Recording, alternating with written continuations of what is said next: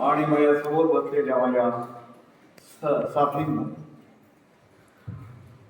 भारतीय नास्तिकतेचा मागोवा या पुस्तकासंबंधी सांगताना आणि मुळात आपल्याला हे लक्षात घेतलं पाहिजे की आपल्या समाजामध्ये आस्तिक आणि नास्तिक या दोन शब्दाबद्दल फारच गोंधळ आहे किंवा अगदी जुजबी माहिती आहे. मुळात हे जे पुस्तक मी लिहिलंय ते आपल्या देशामध्ये प्राचीन काळापासून वैचारिक प्रवाह वेगळ्या पद्धतीचा कसा होता हे सांगण्यासाठी आणि हे लोकांना समजून देण्यासाठी लिहिलेलं आहे. काय आहे की प्राचीन भारतामध्ये तत्वचिंतनातून वेगवेगळी 9 दर्शनं निर्माण झाली. त्यातली 6 दर्शनं ही आस्तिक आहेत आणि 3 दर्शनही नास्तिक आहेत. अशी एकूण 9 दर्शनं. आता गंमत अशी आहे की ह्या दर्शनांचा जर आपण बारकाव्याने अभ्यास करायला गेलो तर यातल्या आस्तिक दर्शनातली काही दर्शनं अशी आहेत की जी नास्तिकतेकडे प्रवास करणारी आहेत. म्हणजे असं की आपण जर सांख्य दर्शनाचा विचार केला तर सांख्य दर्शन हे ईश्वर मानत नाही विश्वाधारी यांना.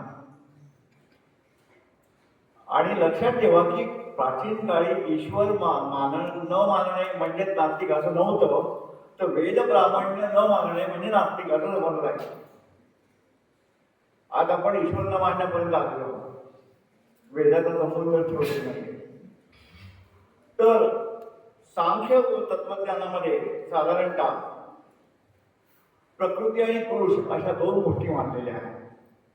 आणि जे काही या विश्वामध्ये घडतंय ते ह्या प्रकृती आणि पुरुष यांच्याच संयोगाने घडत असतं असं साधारणतः सांख्य दर्शनाचा विचार आहे. पण ते जरी ईश्वर मानत नसले तरी आत्मा, परलोक, मोक्ष या गोष्टी मानतात आणि म्हणून त्यांना आस्तिक दर्शनामध्ये घेतलेला आहे. तसंच दुसरं गमतीशीर आहे म्हणजे वैशेषिक दर्शन. ह्या दर्शनाचे प्रवर्तक होते कणाद ऋषी. कणाद असं म्हणायचे की ह्या विश्वात सगळे जे काही आहे ते बारीक बारीक परमाणूंनी तयार झालेलं आहे. त्यासाठी कुठल्याही विश्वनियंत्याची गरज नाही. हे जे काही घडतंय ते कणांच्या नुसार घडतंय, नैसर्गिक नियमानुसार घडत आहे. म्हणजे कणादानुसार ईश्वराची आवश्यकता सांगितली नाही. पण नंतर कणादाच्या नंतर जे काही वैश्विक दर्शनाचे आणखी हे होते प्रचार करणारे त्यांनी मात्र ईश्वराचा अंश त्यात घुसवला. आत्मा, मोक्ष हे सगळं घेतलं आणि म्हणून वैशिष्ट्यिक दर्शनाला नास्तिक दर्शन. आता नास्तिक दर्शनाच्या बाबतीत सुद्धा खूप गंमत आहे. आपण बुद्ध, बौद्ध किंवा जैन यांना सुद्धा नास्तिक दर्शन म्हणतो. माझ्या देखील म्हणजे जो काही अभ्यास केलेला त्याच्यातनं कळलं की बौद्ध आणि जैन ही जरी नास्तिक दर्शनं असली तरी ती पूर्णपणे नास्तिक दर्शनं नाहीत. कारण बुद्धांनी असं म्हटलंय की या सृष्टीचा कोणी निर्माता नाहीये, बरोबर आहे. पण त्यांनी काय केलंय की आत्मा, मोक्ष याच्या वेगळ्या संकल्पना स्वीकारल्या. बुद्धांनी आत्माच्या ऐवजी, शाश्वत आत्माच्या ऐवजी अनात्मा ही संकल्पना घेतली. आता अनात्मा ही संकल्पना नेमकी काय आहे तर त्यांचं एक उदाहरण आपण असं देत होते की समजा एक दिवा आहे, त्या दिव्याने दुसरा दिवा पेटवला तर त्या दुसऱ्या दिव्यामध्ये पहिल्या दिव्याचा अंश गेला, पण पहिला दिवा म्हणजे दुसरा दिवा नव्हे. अशा प्रकारे दिव्याने दिवा पेटत गेला आणि पुढचं सगळं घडत गेला. अशा प्रकारे ते अनात्माचा म्हणजे जीवाचा प्रवाह चालू असतो आणि त्याला त्यांनी अनात्मा म्हटलं. किंवा आपण दुसरं असं उदाहरण बघितलं, त्यांचं असं म्हणलं की झाड, त्याचं बीज, ते बीज पुन्हा उभं होतं, नवीन झाड निर्माण होतं, त्या झाडापासून पुन्हा बीज होतं, नवीन झाड निर्माण होतं. असे जो प्रवाह चैतन्याचा सुरू असतो त्याला त्यांनी अनात्मा म्हटलं. पण वेगळ्या अर्थाने तो आत्मा हा शब्द त्याने वापरला. आणि मोक्षाच्या बाबतीत निर्वाण ही संकल्पना येते, पण निर्वाण मृत्यूनंतरच असं त्यांना म्हणायचं होतं. म्हणजे तो एक प्रकारचा मोक्षच होता. पण बाबासाहेब आंबेडकरांनी जेव्हा बौद्ध धर्माचा अभ्यास केला आणि बौद्ध धर्म स्वीकारला, तेव्हा त्यांनी त्यांच्या बौद्ध धर्मामध्ये थोडासा बदल केला.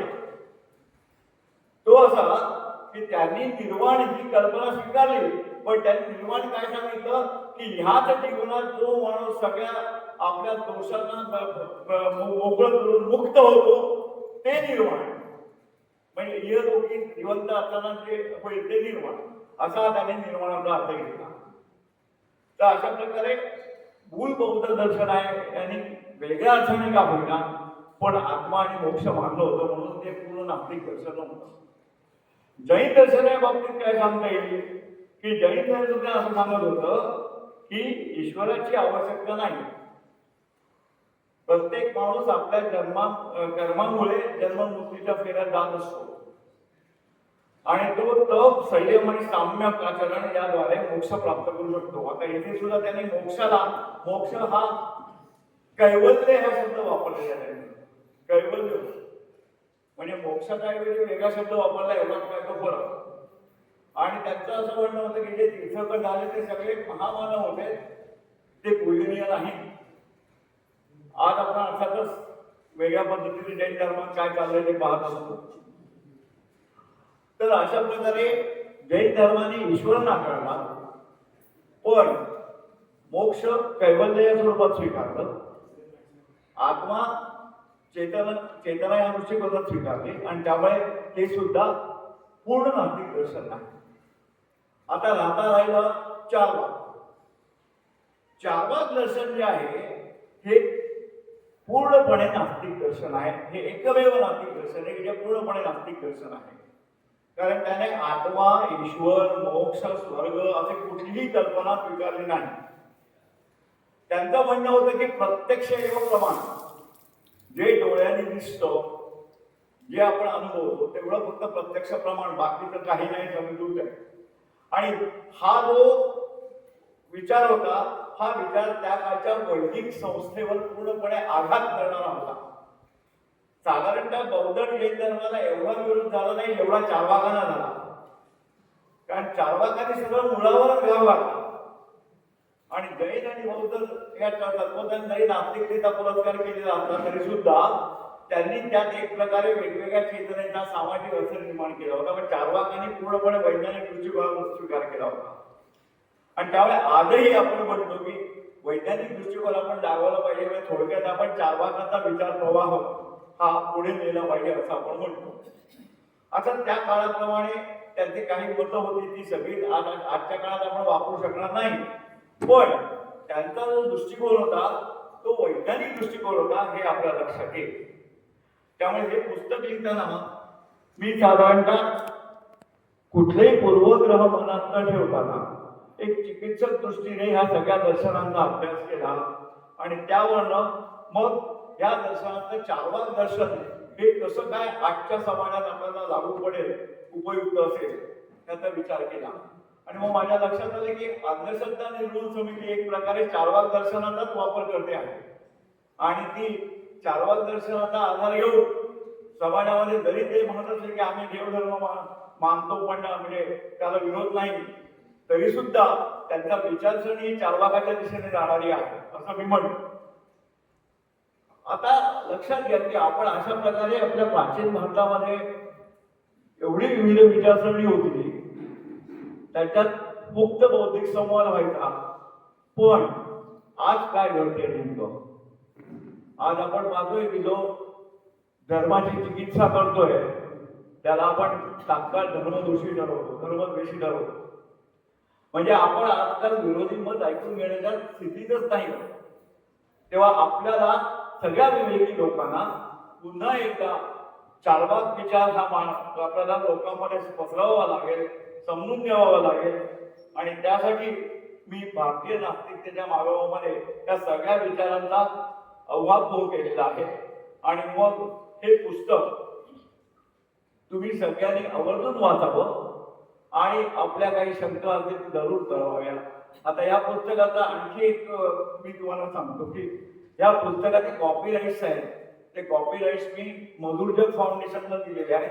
त्यामुळे या पुस्तकाची जी रॉयल्टी असेल ती सगळी मधुरजग फाउंडेशनला मिळणार आहे.